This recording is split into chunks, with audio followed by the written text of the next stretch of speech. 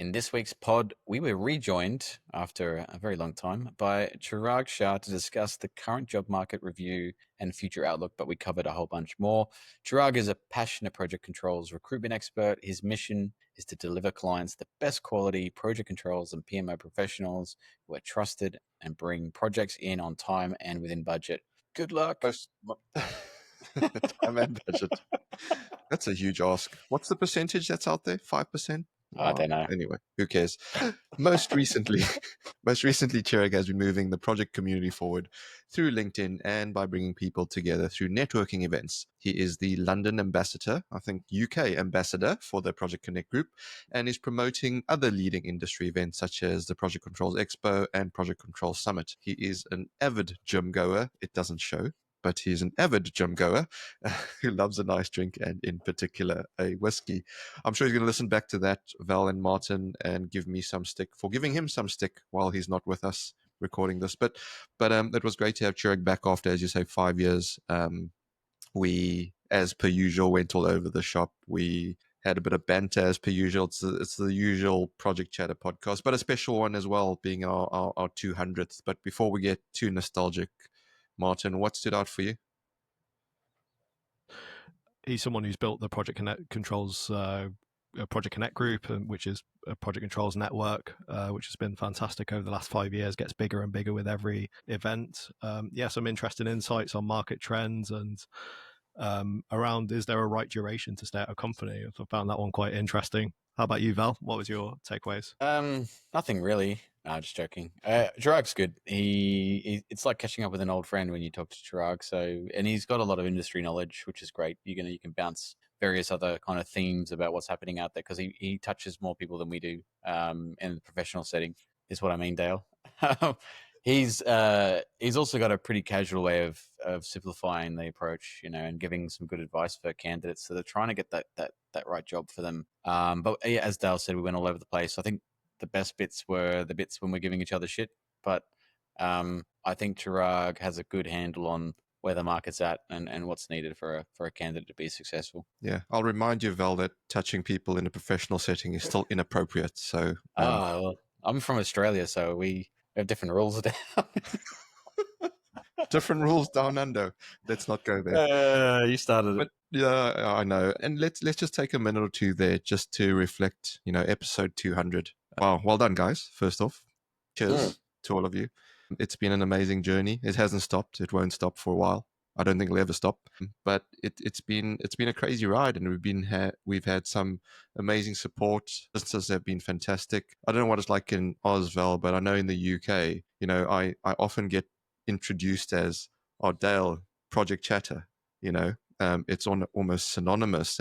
That's thanks to people that listen and contribute, and our guests, and it's been so refreshing to hear the feedback that people get through listening to the discussions we have. What's it been like in Oz? I couldn't tell you, Dale, because I'm a complete recluse when it comes to the market. I'm just joking. I think depends on the audience. It definitely in the project controls profession, there's always a bit of, you're the guy from that podcast. But one of the things I'm really proud of for the three of us, gents, is the kind of the offshoots and the other podcasts that were inspired by us, and the other events and networking groups that was inspired by us. That's is 100% how I see paying it forward works. Is you start with an idea over here, and it branches out into these amazing different ways that you never even thought were possible, and it's doing what we thought we always want to do, Dale, which is connect people and help them grow and all work together to help each other and lift each other up. So it's been a great journey for the last 5 years, and I hope we can do another 5. Yeah, I don't see why not. We spoke a little, well, in most episodes these days you talk about AI, but perhaps it's our AI versions of ourselves that will do the future pods. No, we won't do that, because the more we get into the artificial world, the more genuine, real, authentic human interaction people will want. And so we'll continue being us on this pod. We'll continue fucking up and making mistakes and swearing and using profanities and not being perfect, because I think that's what's great about what we do. There is joy and there is perfection within imperfection. And so we'll continue on that theme. But we've got some fantastic things lined up for the next episode and next season, should I say. Season 9 is setting up to be quite interesting, I think. Some fantastic guests lined up, potentially some new formats. We shall see. But yeah, are you looking forward to the next season? Absolutely, mate. I'm looking to get back into it with a bit of a facelift and a refresh on the brand, but the same content, the same people, just very passionate about what we do, and hopefully that comes through and people keep listening. Absolutely. Look, folks, we'll leave it there. Sit back, relax, enjoy this pod. Let us know if you like it or don't like it. We'll take it with equal measure. Enjoy.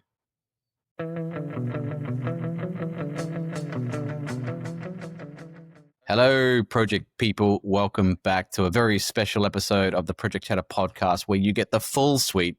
The full family's back on board today, and we have a great guest. Dale, how are you, sir? It's been some time to see you. You look exactly the same, by the way, so I don't know why I'm asking, but how are you? I'm good, thank you. I think it's just my AI, in case you're wondering. No, all's well. I think episode 200, a massive, massive milestone for us. Pat ourselves on the back, but I think it's also testament to our listeners and those that have been supporting us over the 5+ years of us going.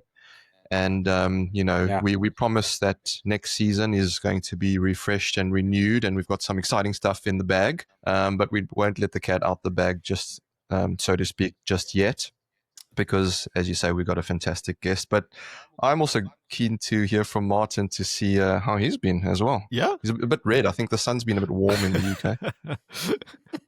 Yeah, it's been a while.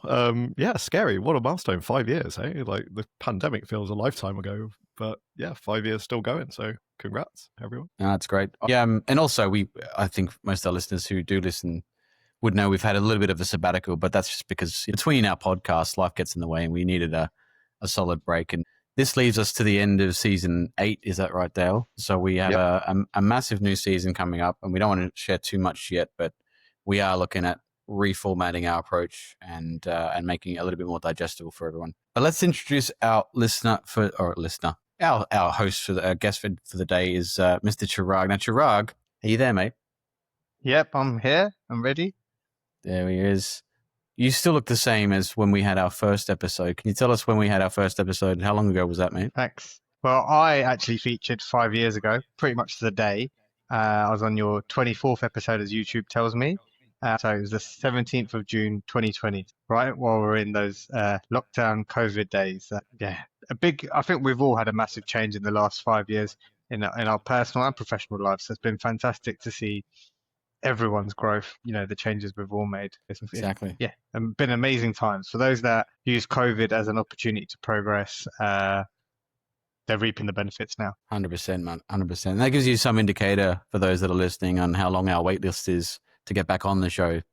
Just depends how much we like you, really. But no, it's great to have you, Chirag. And as you said, you guys are doing great in the UK. And I think the podcast itself, as a bit of an experimentation to start with, has not only spawned great episodes with great guests for us, but a whole bunch of other things have kind of offshoot from the show. Other podcasts, local events. It's been fantastic to see other guys and girls getting involved. And, I don't mind that at all, because we kind of had the same philosophy, and we've had it for the last 5 years. I'm not sure you share it, Chirag, around paying it forward. And so when we see other people, Dale and I and Martin, we get excited. It's all about advancing the whole community rather than just what Dale and I want to talk about for the next hour and a half. But mate, the future, the state of the nations, people, candidates, recruitment. Where do we start, mate? Pick your choice. Well, the question on everyone's lips, I think, at the moment for candidates and employers is, where's AI going? Is it going to take our jobs? What's going to happen? For a lot of people, there's a lot of fear mongering at the moment. And I think the reality is you need to understand what's happening in market, get the knowledge, but don't be scared. AI is going to create new jobs. Before COVID, for example, project controls teams didn't have those reporting Power BI analysts. They've become a core part of the team. Before COVID, risk people, they weren't really valued on projects. They were just there to fill in a document in reality. Whereas now, the war on talent for good risk professionals, it's so much in demand, risk professionals. So you've seen things like that develop. Document control, unfortunately, we see that's on the way out. CAD designers, again, they're pretty much extinct. So it's just evolving with times.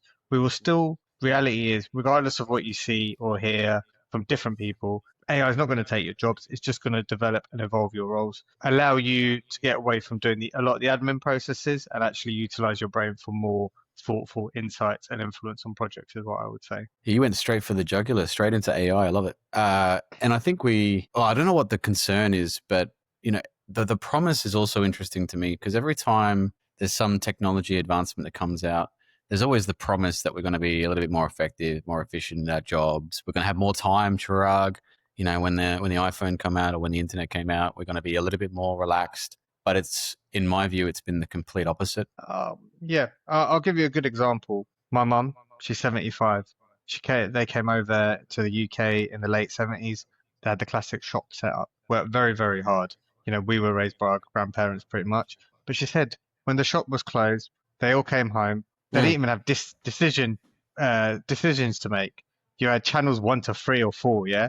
That was it. Everybody watched the same program, and that was it. You were done. And she was like, you guys are just sat here and you're on your laptops working till 10 o'clock, 11 o'clock at night, and you're in this rat race. You're just worried about the next thing and the next thing and the next thing. And it's true. So all the technology advancements, it's almost worse. Children of today, when we were growing up, 13, 14, we had nothing on us. I had a pound in my pocket. We were in the park till 10, 11. Now even 13, 14-year-olds got that iPhone, and their worries. The biggest worry for children nowadays is social media, isn't it? Rather than am I good at football for boys in particular? Yeah, I'd love to come back to your point around the concern of AI and people's jobs. I mean, what is the theme that's coming out of the UK at the moment around? Like, is there a particular angle, or they just think it's going to completely wipe out their jobs like dock controllers? I don't think we're there yet. I think there's still the big thing is the war for talent, good talent. Markets that we're seeing extremely busy right now, defense. If you've got the ability to have security clearance, or you've already got security clearance, you're in a good position. There's a lot happening just due to what's happening in the geopolitical climate. We've got funding within the utility sector. It's busy. Energy sector within renewables is busy, not so much oil and gas. Rail is so-so, but I think that's going to come up in the next 6 months to a year. We've had some government announcements, Sizewell C, for example. So those that are happy to travel as well, you're going to do well. We've got big projects, but they're in remote locations or not very nice. Barrow, Derby, Suffolk, those type of places. So it's not the greatest, but if you want to develop your career and at the end of it be looking at good money, then that's the place to be in reality. This is like a Middle Earth. We were talking about this before, Martin. This is if you want to get the ring, you're gonna have to go into Middle Earth. You just offended quite a lot of people there, but carry on. Well, I'm in Australia, so that's what we do best, I guess, is take the piss out of the UK guys. That's interesting because I think with us, so using AI as a tool is good, but with talent, I mean, I would trade talent for competence and a good attitude any day. What do you think are the top 3 must-haves in the market? I think at the moment we're seeing a lot. You are saying it is still the personality side. Attitude, enthusiasm is key. Asking those probing questions, being involved. We obviously still have that. We have a lot of issues around being in the office. A lot of people ask about remote working, hybrid working. Now, if you're developing your career early doors, be in more than not. Be around those leaders, learn from them. It's really important. I'm very passionate about that. I'm not talking about 5 days, but be in at least 3 days kind of thing. Be around those people. And then obviously your skill set after that, attitude, personality, and then, how strong are your skills? Understanding where is your value. If you're on a salary of 50K, what does that equate to? What should you be knowing? 60K, 70K, again, the same thing. I get a lot of people asking for 80, 90K. I deal with consultancies, so I ask them about their account management skills, people management skills, things like that. And they're I haven't done that, but I've been around 20 years. So, it's very hard to justify those salaries. So know your real worth both ways. Are you being paid a good salary for what you're worth, or genuinely, do you need that boost because you are underpaid in your current place? We are in a tricky situation there because cost of living has gone up as well. So people need more just to stand still as well. True. Yeah. I was going to say that you brought up an interesting thing around remote working. Is that kind of a request from candidates, or you just find there's still the trend from kind of the legacy of COVID that people want to stay at home? I don't mind a little bit of flexibility, but I think you're right around having some exposure to your team. There is still, a lot of people ask for that. There's a bit of a push for that for remote working, but the reality is 90% of clients want that hybrid 2 to 3 days on site. What we do see though, in a benefit, is that flexibility. So if you've got children and you need to do the school drop off or pick up, people are very flexible. You can't make that 9 a.m. meeting because you're on drop off, you're going to be a bit late. People don't really worry. Children jumping onto your Teams call because they are children and very curious. People don't care, So I guess we've got rid of that tie nature, where you got to be top line and everything's super professional like that. It's really nice. People know each other a bit more personally as well, because we do a lot of Teams calls at home, and people just get a bit more insight into you as well. But I would say probably 3 to 5% of roles are fully remote now. It's very, very few and far between. If I jump in there, Chirag, I think I've been asked this as well. Will AI take people's jobs? My answer is generally yes, but not AI on its own. People that understand AI, and I think that's sort of the general answer from most people. But I think if you actually broke down jobs, knowledge workers are at the biggest risk. Right? Those that work on site, putting stuff into grounds, and yes, we'll get robotics eventually, but in the near term, those that are at risk are the knowledge workers. And if you look at knowledge workers, who's the closest to that, right? You think lawyers. What do lawyers do? They go in their research text and they look for cases and they apply that, right? And they want to put a good argument forward. What's the closest to that in our world? Commercial managers looking at the contract. Yeah. So it's those knowledge workers. And then next is project controls. I mean, we know that today there are tools, software that can generate schedules. If you're clever enough, you can actually go and do it yourself, right? It's the barrier is fairly low to computers generating work that people are doing. And so I think, just to add to, I guess, what Val was asking there, for me, it's around how do we encourage people to be curious and continuously upskill. But also, I think there's a balance, because with a nod to COVID, we spoke about it. Remember during COVID, how many things, did you pick something up during COVID that you never did? Was there a hobby or something that you picked up during COVID because you had more time? COVID, did we? Maybe not COVID. But like, was there something you did during COVID because you had more time, right? I 100%, we all did something. Yeah, but do you still do that? But you're not consistent Yeah, at all. Do you still do that thing that you did during COVID now? No, because now we've got this thing called AI and we've got these tools and software where we can be more productive. And so we're doing more. But just because we can do more, doesn't mean we have to do more. So, exactly. And I know this is sort of around, what should people be looking at? But at the same time, for me, it's that balance, right? Of going, actually, hey, you know what? If there is a cool tool that I can learn and pick up and it can do my job for me, and where maybe I can get an extra day back, then why shouldn't I do that? Why should I now try and cram in 8 days worth of work into 5? So just some thoughts there. I guess let's bring ourselves to the here and now. You spoke about the various markets and where the demand is. One of the things that I think we're struggling with these days is to really wax that interview. And we covered it 5 years ago when we spoke about you. Has anything changed since then, from 5 years ago, to how one should interview these days? It's becoming very difficult, I think, for both candidates and employers, the interview.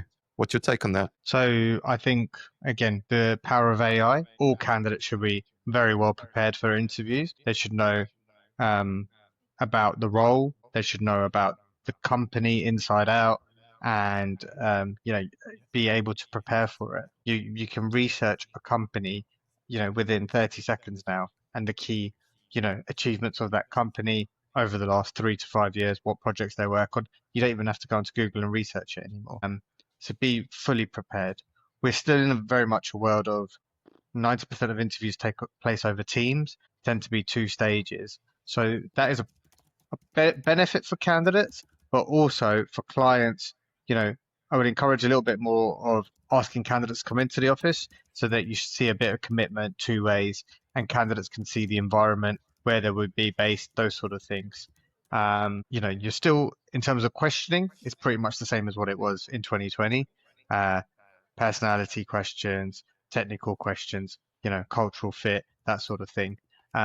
We are still in a talent war market, so candidates do have a choice. If you think going back 20, 25 years ago, most companies thought they were the best to work for. Now they need to do a good sales job on as well. It's a two-way street. The beauty that candidates have now is they can decide. And we see now with the younger generation coming through, they're not just motivated about money. It's not moving for 5K more. It's all round. What does a company do? What is their carbon footprint targets like? A lot of candidates are worried about the future, the environment. So companies need to be fully equipped on that. D&I is still a big thing. Candidates want to know that they'll be treated in the right way, no matter what background, and things like that. So there's a lot more going out.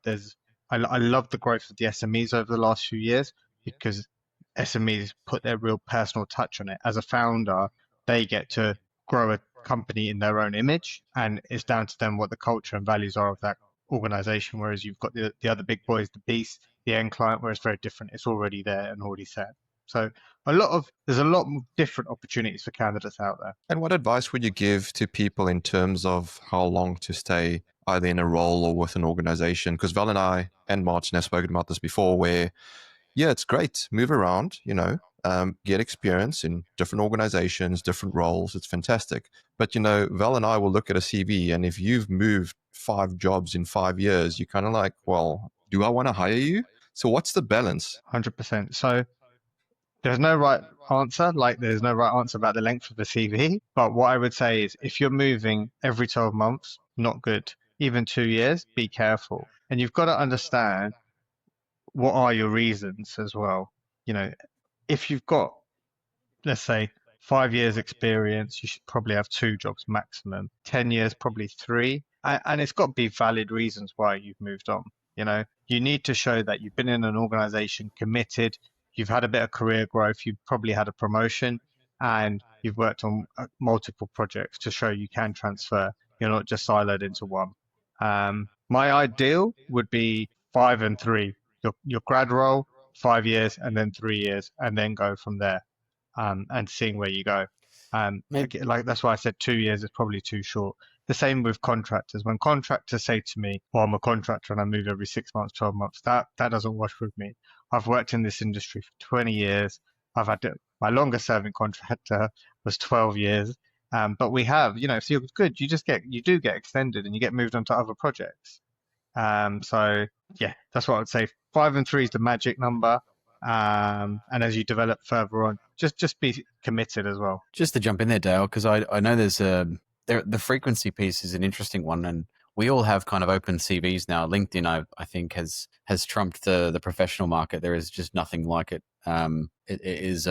It's a good thing and a bad thing in a way, and I might get to that in a bit, Chirag. But there's something around my emphasis now and effort, just when in the hiring process, Chirag and Dale, has been maybe less on the frequency of movement, because that happens. Projects stop, projects finish. It's a bit volatile here in Australia, but the reference checks now that I do, or how thorough I am on the reference checks in terms of their attitude, back to your point, Chirag, around kind of the themes of good talent and what you're looking for, the soft skills, their communication approach. I go right into references because I've been stung a few times.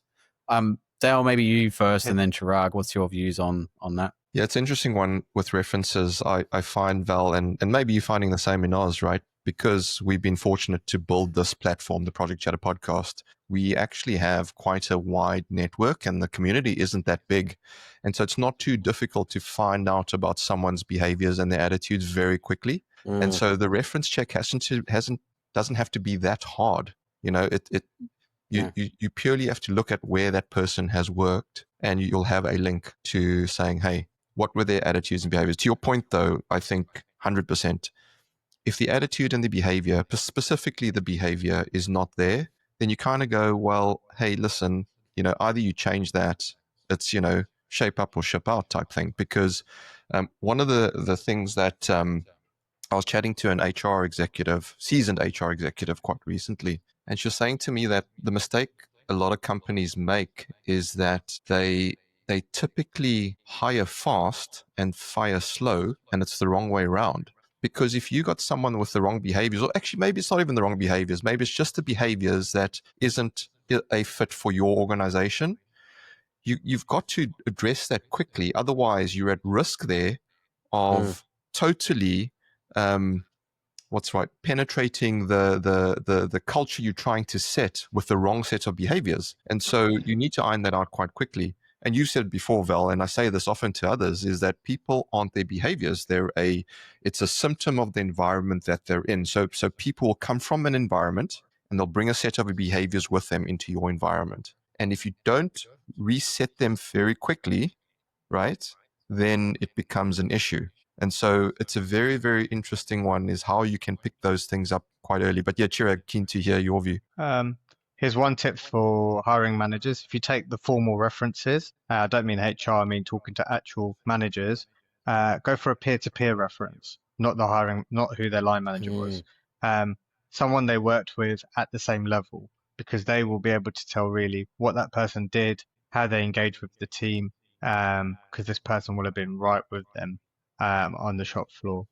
One of the other mottos we have, or Project Chatter podcast have, and PCG has, is paying it forward. If someone's done a good job for their team and their manager, they'll wish him the best. They want them to, oh yeah, he did a great job for us, I wish him all the best. I had that recently with one of the clients, where he was leaving his present employer and he said that, oh yeah, Chirag got me the job. The director was like, oh great, not him again. But he knew me. I'd placed the manager before, and he rang me and he said, "Look, I'll always tell you the honest truth on my team. Don't worry."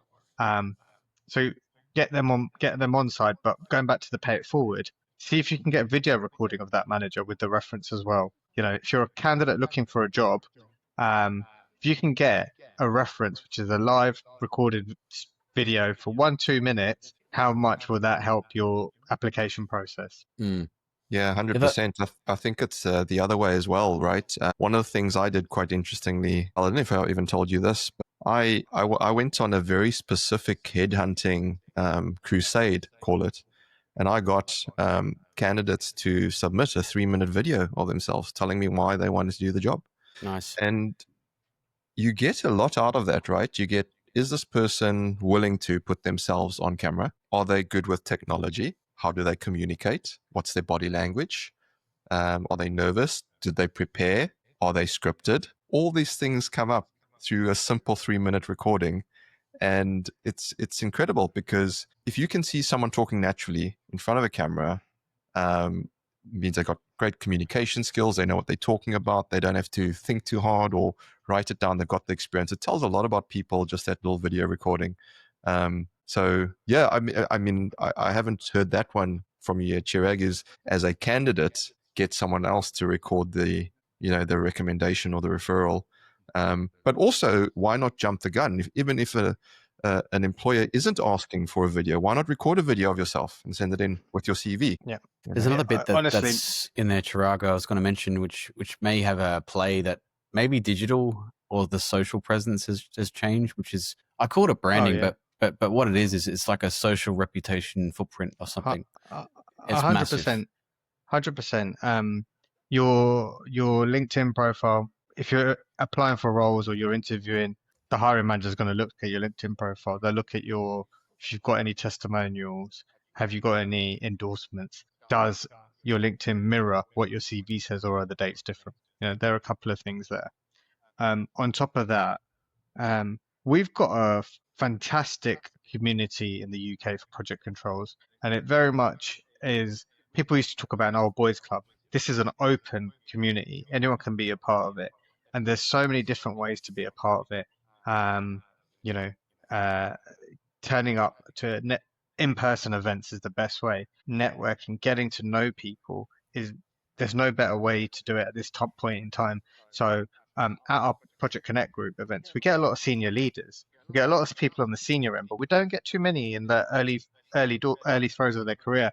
And I really encourage everyone to turn up to events like this, turn up to Project Controls Expo, CASA conference. There's events thrown by Nodes and Links, M-Plan. Check it out. There's so many ways, just get in touch with me if you're looking to see what's next. Because I always know there's another event coming up next month, this month, that month. There's so much happening. So apart from the summer break and December, there is every month there's something going on. So get out there, be known. Yeah, Chirag is the human events calendar for all things project controls in the UK. I can vouch for that. But just a comment, and then I want to bring Martin in. I was asked recently, I was a guest on a podcast, and they asked me, it was based on AI. They said, okay, you guys organize PCG, Project Connect Group, and it's networking events, and how does AI play a part in that? And I said, actually, AI is a huge catalyst for these networking events, because think about it this way, right? The more we have with AI, and not just AI, technology, right, robbing us of our time face to face with people, the more we'll want that. As human beings, we want that human connection. We want to eyeball each other. And so I think it plays a bigger part going to a networking event now to make sure you've got the people skills, to make sure you can converse and you can meet with other people, because I know there's this push to have remote or even fully remote, and some types of jobs can do that and others, maybe not. But I still think nothing can replace when you're in the same room together, right? And yes, for specific reasons, it doesn't have to be every single day. But there's times, Val, you'll remember, and Martin, when we had a specific problem working together on the project where we just in that room, in that meeting room with whiteboard and pen and paper and just ideas flowing, and you can't replace that for me online. It just, the energy in the room is just different. But anyway, Martin, let's bring you in, because I know you always have different views. As Val says, you're from Middle Earth, so tell us what you think. Charming. I'm interested because the Project Connect Group's been a great success over the last few years. What has been the feedback to you around that? Yeah, we've had an interesting. We actually ran a survey which had about 30 respondents recently. Daryl doesn't know this either, but it's been really interesting. We've had some really good feedback. Mine Tens, great event, really enjoyed it. Some fantastic talks, and then we've had negative feedback where it was too loud. So yeah. Apart from it being too loud, it's all been positive. And even the person that put it was too loud still gave it an 8 out of 10 anyway. I think people really enjoy just that. It's after work. A good example, what you were talking about earlier, there were two people working for the same organization in the same office in London. They've been there, both of them been there for over a year, never met face to face. And PCG was the first time they met. It was great. So, they'd only ever spoken across Teams. I think it's been great for networking, rebuilding relationships. Another good one was Satyajit Patel Woolley. He met Dawn after 10 years. The last time they saw each other was 10 years, and I thought was amazing. People enjoy attending. They like the feel of it, the informal nature. It's not a conference. There is an educational knowledge growth piece with the panels we do. And then after that, it very much is, let's go out and enjoy ourselves with our fellow peers. Let's build on the topic that was there, talk about that. We'll talk about anything you want, really. And that's what's been great for us. And that's the buzz we get out of it. So do you find people go there to almost put themselves in the shop window, or is it more about just connecting with peers, like you say? Like, have you had many people who've got a job out of it, or is it the main purpose is just to talk with project controls there professionals? Are a few people. Yeah, there are a few people I imagine will have got roles out of it, but more it's building relationships, building their own communities. COVID's also changed. We pretty much, most of us, or a lot of people who were there Monday to Friday, used to go to the pub after work. We always have that quick beer and then head off home. You don't do that now. So now PCG provides an opportunity to develop those professional but personal relationships as well, and friendships. As we get a little bit older, we don't see our friends as much. This is another opportunity to go out, make those friends. Like I feel in my world, a lot of the people in the project controls world are my personal friends now. And I just enjoy, I think a lot of people, they turn up now to PCG. It's almost like the Cheers bar. You can turn up by yourself. Someone's going to know your name. You will always find someone and you can have a drink with, you know? So it's real great fun like that. Yeah, it's amazing. I came in with a friend once, and just the amount of people that came up to me and said hi, it sort of put him off a little bit. It was, you know, I'm not exactly the most sociable person out of the four of us, so it was quite funny. Lies, man, lies. And then also what I really enjoy, which has been a passion of mine, is finding a mentor. So it is when you're there, you know, speak to someone, find out about other people, and if you find that person, that expert in your domain, then can I have a half an hour chat with you? Can you give me a bit of mentoring advice? Very rarely people are going to say no.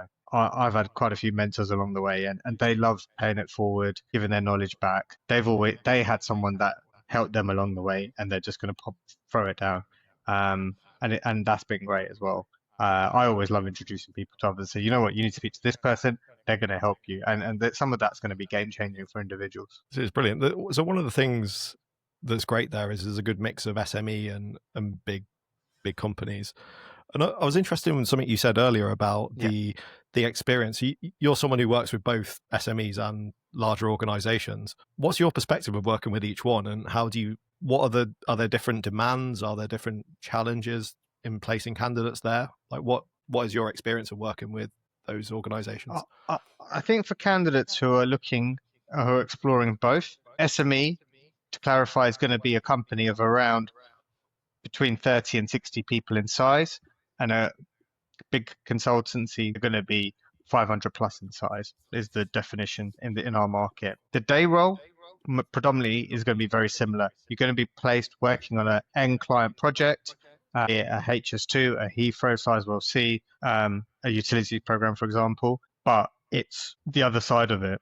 When you're working for an SME, you may need to be a little bit more flexible, just be a bit more thick-skinned about certain things, like if your laptop's not working, the IT support system, how does that work? Things like that. What you can get, though, what I found with SMEs is there's no barriers to growth. You've got an open door to the owners of the business. And if you show initiative and commitment to that organization to grow, develop, you'll move up the career ladder faster. If you want the stability, then a lot of people get worried about stability. But what I'd say is look at these SMEs, look at their growth, check them out on Companies House. Quite simple. Do people get spooked by that sometimes, maybe the lack of structure at SMEs because they're growing at pace? Do people like yeah, 100%. Safety, I think security? People have got worried. People have got worried. SMEs don't really have a good benefits program. I get questions a lot about pension. And when someone in their late 20s or early 30s asking about pension, I was like, you're not going to be able to claim your pension by the way things are going. Don't worry about it, you know.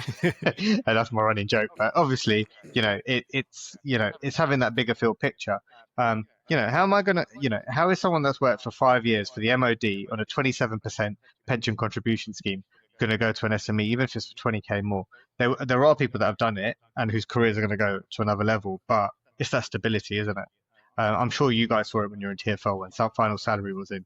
There's just no incentive or motivation to move at end points as well. Yeah, like why would you? But yeah, sometimes that can cause problems for those companies eventually. Exactly. Yeah. Another thing that I was interested earlier is when you were talking about people moving around, and yeah, completely agree. There's no right duration to stay at a company, and everyone has their reasons for leaving. But one of the things I found is I feel or the candidates I'm seeing don't have the depth of experience as they did before. So, you know, if we take say a project planner who's got 10 years experience or 5 years experience, is it 1 year that's been repeated a number of times so they can manage the schedule, they can update their sort of project schedule, but they might not know how to do some of the summarizations, the reporting, the QSRAs. Is that something you're seeing in the marketplace where people are moving around? Yeah. So this isn't a generalization. This isn't fixed to project controls. This is, you know, all of society. So one of the positives the younger generation have is they've got amazing ambition. You know, they really want to grow.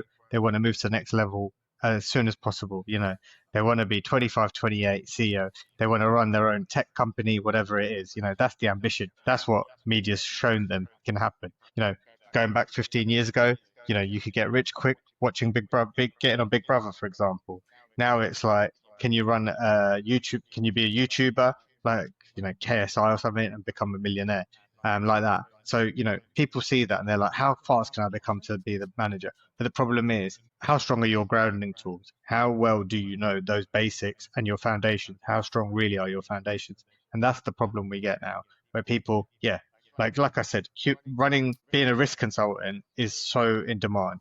If someone can run a QSRE, they're going to get good money. And then you get someone 3 years experience asking for 60, 65K.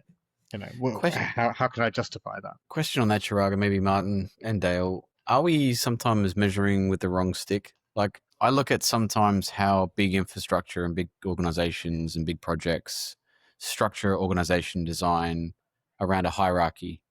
And I think that works for the majority of pace setters, those that are good doers, but are looking for stability, are looking for a path, are looking for structure. That's a certain type of personal attribute, right? There are other people in the market that are not like that. They're non-linear, that sit on the outskirts of that actually don't do well in those types of environments, do really well in SMEs because they're a little bit more chaotic, a little bit more fast-paced. There's a diversity of roles. When it comes to like limiting them, because I had a really good discussion with someone internally at our company.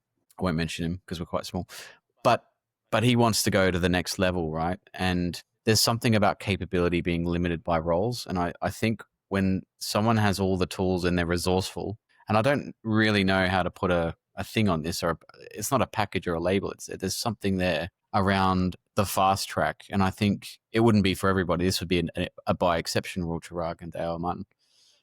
But there certainly shouldn't be a limitation on someone who just has it all. There are people, take athletics or sporting teams, for example, there are people with natural talent who want to put in the work as well. And those people are phenomenal. Now, they're unicorns, they're a dime a dozen. You don't get these everywhere. But I'm saying that kind of structure and limitation can be sometimes an off-putting piece and is a bit of a inhibitor for them to grow and master their own area. And sometimes they're in that blue ocean thinking space where they're going, I hadn't even thought of. It's like they're just a completely different beast. What do you do with those kinds of guys, everyone? Oh, 100%. What I would say to those ones is, if you feel you're an elite professional who, you want it all, talk to me and just I will show you what to do and how to get that right mentoring.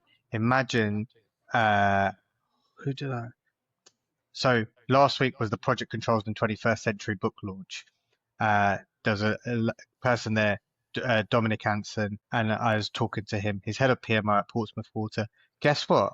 When he came out of the military, he asked Mark Wilde to be his mentor. When you've got someone like that being your mentor, you're gonna, I think, naturally fly and have a great career. You've come from the military, so you've got that mindset anyway. And that was a really good story I heard.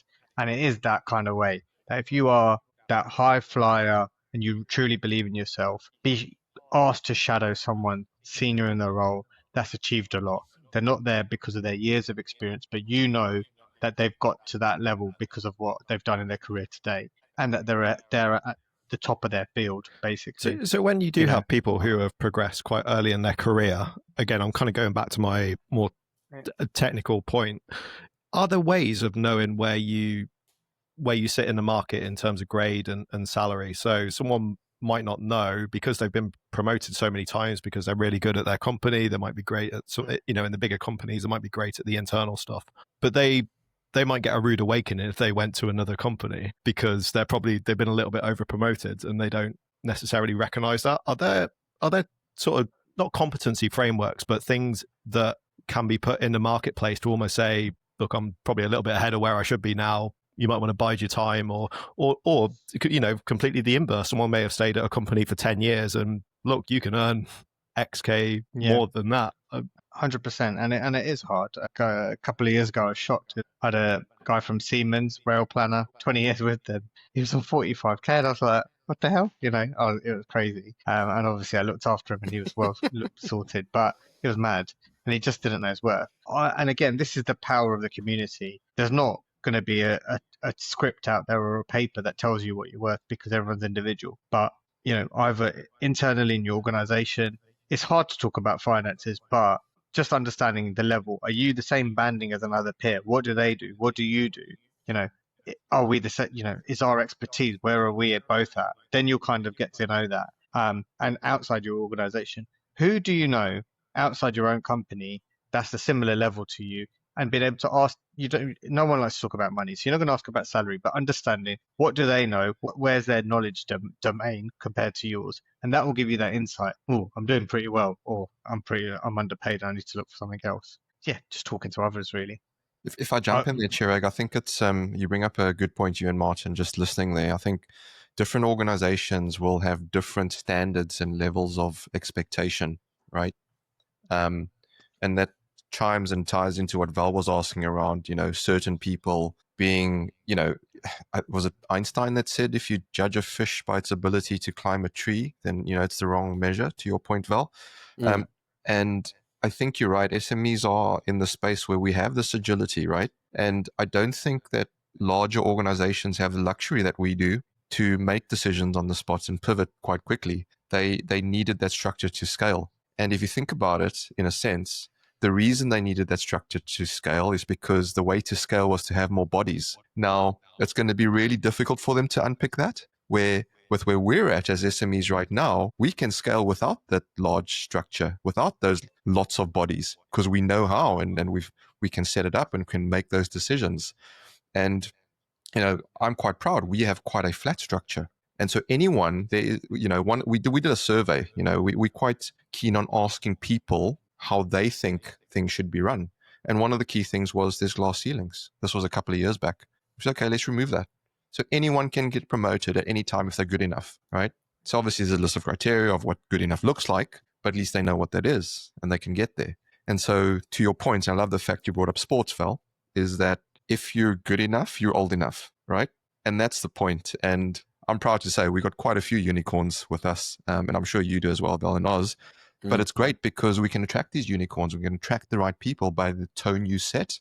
And those that want that structure, they can go to the larger beasts where there is that structure and that is that comfort net and that stability, because it's not about right and wrong. It's about, I think one of our previous guests said it, I can't remember who, Martin always says it, finding your clan. And you want to be able to attract the right people, but also you don't want to necessarily have people there that don't feel like they fit on where you're going either, because everyone's got a different journey. So there's no right and wrong in my opinion. Greg, did you have any thoughts around that? I would be very careful of comparing sports to the project controls professional world. Yamin Lamar is a fantastic once in a generation footballer, or Wayne Rooney, Ronaldo when they came out, Messi, they could do it from the beginning, from the off, basically, once they got over the rainy night in Stoke. But if you're a project controls professional, you're not going to be able to do it from day one. Get the foundations, those building blocks in, please. So yeah, let's be very careful about comparing sports. Well, I agree with that to some degree, Chirag, but I was reading an article about this, and like swimmers always look the same, right? I don't know if you've noticed this. So if you ever look at a swimming crew, they all look the same. It's because they're genetically built like that. Their DNA was designed specifically for that. And I would argue that whilst our work is probably more intellectual than physical, although sometimes, we like to have a jousting battle, Dale, in the office, but most of the time, I think some people are predisposed to have the intellectual capacity to understand project controls from the get-go, from the standard, from the start. And I would personally put myself in that hat, and maybe the guys on the call, because the way I think about projects is innately an advantage that I've had for a long time. And I think working with both Martin and Dale, I think when we talk about Chirag getting on the whiteboard, a lot of that stuff we didn't learn through a formal institution or through a project or a mentor or training. That was just us doing some form of design thinking. We were really in-depthly understanding the dimensional kind of variables relating to a problem, because arguably consulting and project controls, I think, are very, very similar to each other in the sense that we are there to solve a problem. And usually what happens in controls is you might be in the same project, but you get different problems every day, that you're trying to solve. And I do think there is I don't know what the skill set is. Dale, maybe you've done some analysis, or Chirag, like what makes a really good project controls professional? And I would say the same for a professional project manager and et cetera. But what is it that they have that nobody else has that you call the unicorn, Dale? What is that one thing, the X factor in our market? What is it? I think it's a combination of things. I don't think there's one single thing, but it's that curiosity, I think, that for me, I always find is a standout. Someone that's really curious as to why does it work like that, and can we do it better, right? It's that sort of, and I don't know what to call it, but you're going to say, when you said, what's the perfect project controller, I was going to say a data scientist, because we said it before, where it's easier to teach someone that understands data, project controls, and to teach a project controller, data scientist. And yes, we are controversial on this podcast. There's a lot of people that actually work in project controls that don't understand project controls. They are P6 jockeys, or they're spreadsheet jockeys. And they just know I put this number here, or I change this date over here. But they don't actually understand what the whole reason is for project controls. And I know there's a big community out there that does this, but that type of thing, that's we talk about AI taking over your jobs. AI will take over your jobs if you're doing that, right? And so how do you apply the gray matter? The differentiator for me, Val, is, those few inches between your ears. Are you applying what you know, or are you just sitting there tapping keys on a keyboard? This is where I know that helps answers. This is where being in the office helps so much, particularly when you're in the early stages of your career. So I've seen this from yourselves and some of the people we've had on the podcast. You just don't get this if you're working from home. You don't have those spontaneous conversations using the experience of people who have been there, because they might not even be right, but they've probably got the lived experience of having done some of these things on previous projects and doing it wrong. So that's also good learning. You can learn so much just by osmosis early in your career. But, sorry, I thought that was worth butting in for. 100%. If you are in the first 3-4 years of your career, be in the office. My key tip for you is ask someone senior who you admire or you've been impressed with what they're doing around you. The cost of it, a coffee. Just ask them, do you want to go quickly to Starbucks, Costa, for a quick coffee? Can I grab half an hour of your time? And what you get in that period, far worth that £4 or whatever it is. Well, I think that's what's missing, mate, is the gumption, a little bit of gumption. I don't know what the UK is like. I've been there for some time, but Australia, people don't take us out for dinners or lunches or coffees anymore. There used to be a time pre-COVID where my diary was constantly full when I was in the city for people who wanted just to talk about their career. Now when people want to catch up with me, they want something. But it used to be, it was just a conversation, had some career decision they needed to make. They consulted their wife, they're like, all right, now I need to go to someone in the market who understands what I actually do for a living. It's very hard to explain, right? My wife still doesn't know what I do. But where they really struggle now is because of this insular way of working. They want all the benefits, all the rewards, but they don't want to get off the chair from home. They've got the full setup at home. I understand they've splurged a bit. They got the standing station and the nice headphones and the billboards at the back. But you're missing a trick. And my biggest career advice to anyone is exactly what we've been humming probably this whole session, is around getting yourself out there in uncomfortable positions. And I know for some people, particularly introverts, being in a loud space or being at a busy event, it's hard. It's a hard thing to master. It's a hard thing to pitch yourself. It's a hard thing to be heard. But what's the alternative? Is you stay where you are, so there's no pain. There's no growth without pain in any sport or field you're in, right? There are alternatives as well. If you really, really can't bring yourself to turn up to in-person events, for example, I'm part of the Control Skills Authority, professional homes of project controls. There is a volunteers area. Become part of that community. Be a volunteer. There's a regular volunteers forum. Find a way to contribute. By contributing, you're going to build your own network, and you're going to find people like-minded, and they'll come back to you. So for whatever reasons that you can't get out and about, there's other ways to do it as well. Yeah, it's a tricky one, because you want to bring in people of all sorts of personalities. But if someone is a true introvert and they don't put themselves out there, you don't know what they can do. And so I tell people this, and they're very surprised by it, because I've got a project podcast, put myself out there, but I'm naturally an introvert.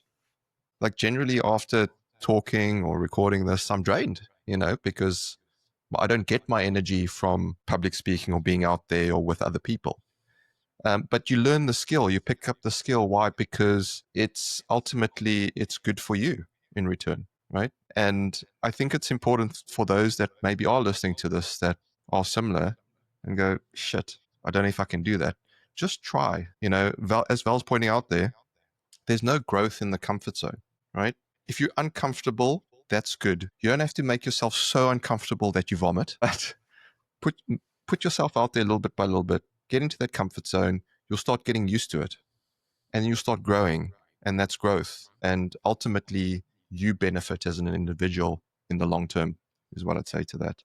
But yeah, some great points there. Can I jump in and ask a question, Chirag? Val was talking about sort of expectations and, just doing stuff and expecting a raise and a promotion, et cetera, et cetera.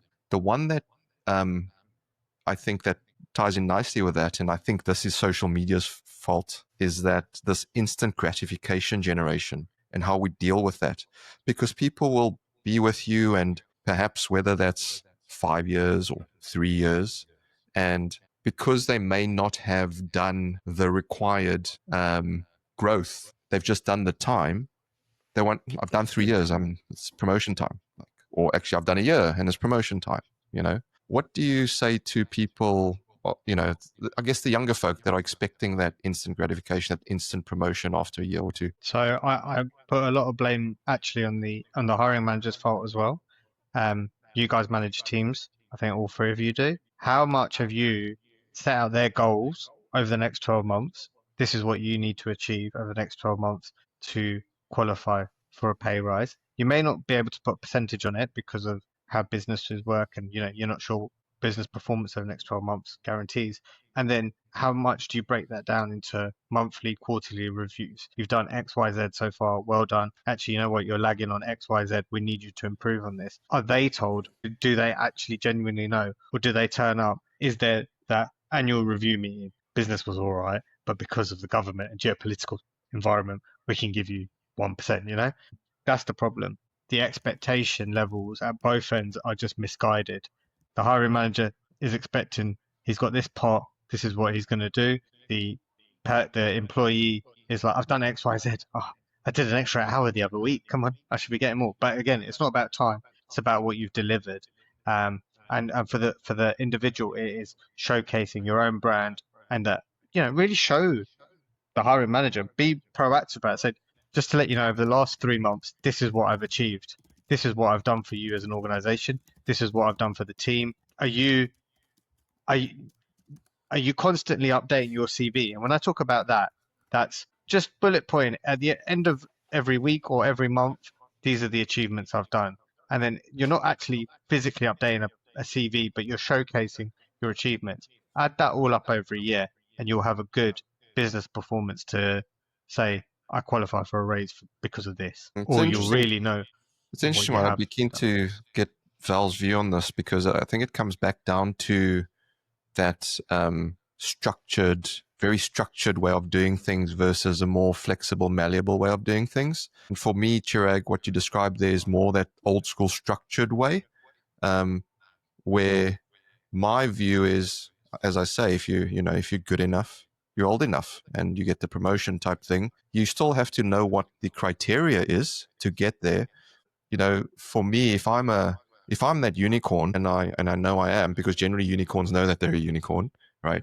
Because they know they perform better than others. Is I don't want to wait, for quarterly review or till the end of the year and review what's going on there. Val, what's your take on this? Because I take Chirag's point that in a lot of this, there's a communication gap. There's not enough expectation management from both sides. But how do you navigate this? Yeah, it's an interesting one. I mean, I think in psychology, right, or anyone who's got kids, mothers and dads out there that have watched kids grow, and you should never do what they can do for themselves. Yeah, you have to build autonomy and independence at a really young age, because there's plenty of data out there that suggests that if you do too much to support them, they actually are less developed. And I then think that's how I think about business, in a way that there's a lot of emphasis on hiring managers to service someone's career.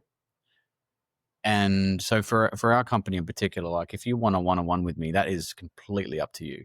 I don't set a regular beat. I think self-serve is the best culture. We have 10 principles that are really around radical candor And we have 4 values like most companies, but our first one is trust. And that means that we can say the things that we really want to say without offending or getting a HR grievance, Chirag, which I walked the line on that one probably a few times. But, I always have. Are you the head Really? of HR as well? I'm definitely not the I'm head of surprised at HR. Have you done the But it's- circles? I would love to see your compliance color. Oh, it's Percentage. you know exactly where it is. It's non-existent. If I was a pilot, my name would be Maverick for sure. But I have a view that if someone wants to advance their career, they are living in the best era, the best decade, the best century, the best time there has ever been in the history of humanity. There is nothing stopping you for being an absolute gun other than discipline and habit. And what I think people maybe would be leaning on, especially with the interviews that I've had with some candidates in the recent couple of months, they are leaning on talent.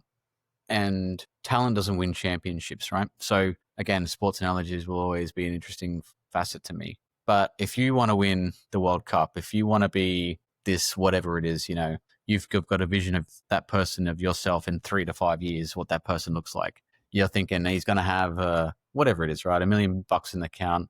He's going to have a great house. He's going to have a great family. He's going to have 2 kids. He's going to live near the beach. He's going to be recognized in his industry as a leader. He's going to get all these invitations to speak. He's going to be a project expo host, whatever the goal is, right? You will not get there because of other people. And one of the things that I got taught at a really early age was that if you don't like the way things are, you're choosing it if you do nothing about it. Right? So it's your choice to make change in your life. And you can't blame a hiring manager that's got a delegation of, in the big organizations it's harder, I think, to some degree, because you might have 50 direct reports or something like that, which I think is ridiculous. It's really hard to care for people when you've got so much under your belt. I think it's easier perhaps for smaller companies, maybe Dale, to the 20 to 30 to 40, where you can split them up into smaller groups and have a bit more of a relationship with them. I know this is a long answer, but I don't think there's a right way, because I think some of these big organizations and structure that works for a certain type of person. But if you ask me how I would deal with it on the ground, I would almost give the power and the permission back to the individual and say, whatever you want, I'll support, as long as our business objectives align with your professional career objectives. As soon as they diverge, as soon as they are different, it's most likely you're going to give Chirag a call anyway, or you're going to be headhunted, or you know what I mean? And I'm okay with that, because Dale and I had another thing, which I think you maybe taught me, Dale, was never stand in the way of good people. If a good guy, a good person has done 2 years and done a great job and then decides they want something else in life, I wish them all the best. I really do. And as you said at the start of the pod, the community is very small, even across countries, right? We probably talk about the same people in different circles, right? And so I would just say to them, nurture that network, balance your career, make sure that you're hitting your goals. But again, I think some of the expectations of the young candidates are way off kilter. I don't know where they're getting their data, Chirag. Hopefully it's not from you, but if they're thinking they can come out the gate and be the top 1% and they're just smashing through it and they're going to get a huge 50K pay rise every year and all of this great stuff, the only way you can really do that is you run your own business, right? And to do that, you still need fundamental skills, and you need a big network, and you need people in the market that understand your capability. So there is no right or wrong, mate. But I think there are some key points in that empower the candidate. Yeah. Yeah, I think so. Yeah, and one of the things this is the best time in history. So 100%. Candidates, you need to, the soft skill side is your communication. There's so much out there in terms of training out there on how you can evolve your communication skills, regardless of who you work for, whether it's a big organization, an SME.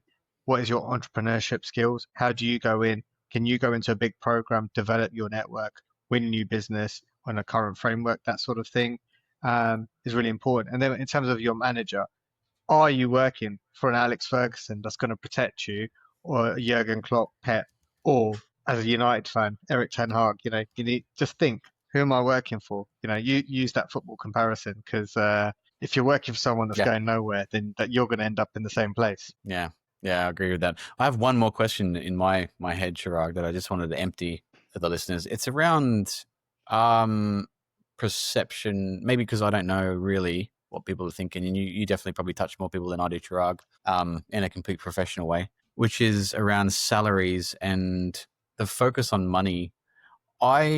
The reason why I think I probably have a disconnect here is because I've never chased the money in my entire career ever, and I think Dale's probably the same to some degree. Like, I mean, it's great to have rewards at the end of your, kind of 20 years in, which is where we were at. But when I was kind of coming up the ranks, if you like, I never ever thought about money. I thought about the projects, how cool they were. And I've summarized that for our company, which is I just want to work on cool shit with cool people, Chirag. That's just like a really simple formula for me now. Getting old, just want to work with people I like. And I just wonder, is that still the same theme in the market? Like, it used to be how cool your job was and what awesome projects you won, less about the money. So look, I will always say to people out there, it's going to be really, really hard to move for the same money or less money. Let's not beat the bushes. We've got families to look after, mortgages to pay for, things like that. So people will 99% of the time look for a bit more money. Yeah, don't get me wrong. But you need to have that wider aspect. The organization, the individual you're going to work for, where are you going to be 2 and 3 years from now? That is got to be your key priority. The only problem is, people do, when they're on the market, money's number one priority for them. I'm in recruitment. I've always, from day one as well, similar, not fussed to, money's a byproduct. That's the end result achievement of XYZ. But my buzz comes from placing those candidates, making dreams come true for people. So salary is always going to be a priority. There's the biggest motivator to change roles. But there's a lot more to it, especially post-COVID. And with the newer generation coming through, there are different priorities. If you think only going back even 20 years ago, the slight generation before we had kids, the main childcarer was the mum. But whereas now I feel like, we're all pretty much hands-on dads. We know where the school is. I've got a classic story. When my daughter was 4, I didn't know how to get into school in the after-school club because it was like November. I hadn't done it in the first 2 months of the when she started. Now my nursery, my son, I'm there all the time. They all know me, and it's very so times have changed a lot. We're a lot more present, so people have that as priorities, and other people have different fitness, whatever it is. So people have very different priorities now. Yeah, I love this conversation because it's very,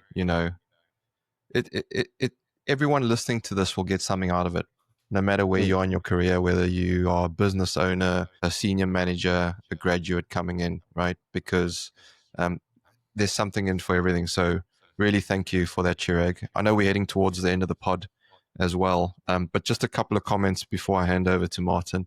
I think the luxury, bringing back to what Val was saying, of being in an SME and being a decision maker versus in a large organization, is that outside of the regular reviews, I've had the privilege of being able to just hand out promotions for, off the top of my head, 6 people without them asking, because I've recognized it and gone, you've done well, here you go.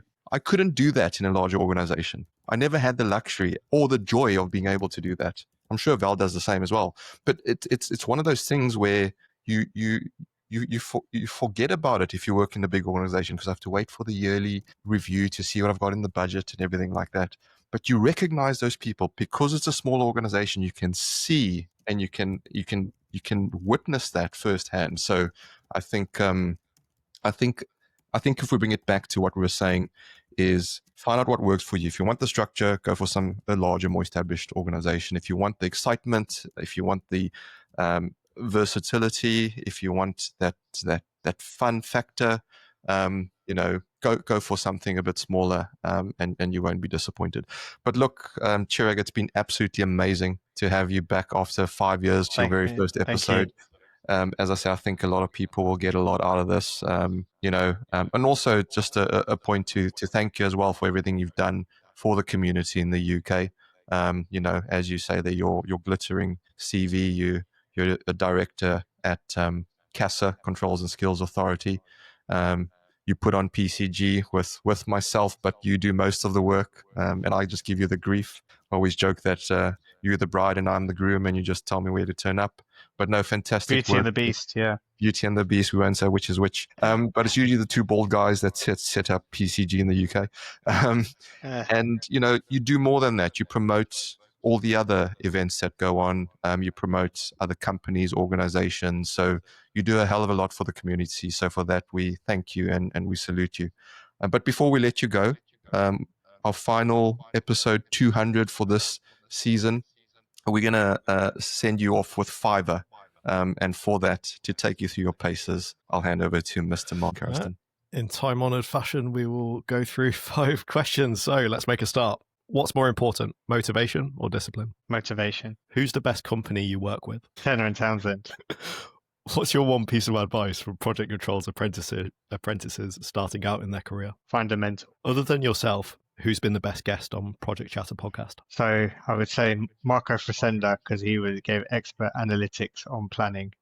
Really someone starting their career from planning. Listen to that episode because it was great. And that's going back a while back. And finally, what was your last ChatGPT question? Shall we have a look? That's repeatable on the podcast. I'm preparing for a podcast, for Project Chatter podcast. What's the agenda going to look like? What was it? Anything close? Did it resemble what we spoke about?